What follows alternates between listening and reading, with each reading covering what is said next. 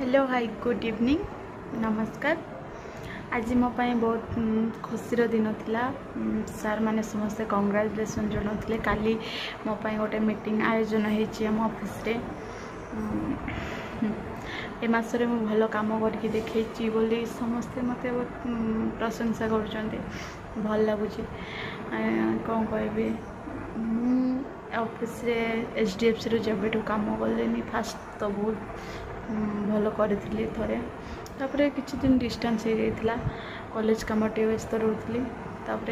Mind टे काम करनला एत टेंशन रोली किसी करने इच्छा ही होना। निज मन को बुझे सब जिनस को देखी पुणी मो लाइफ को स्टार्ट करुँची नुआ भाव में।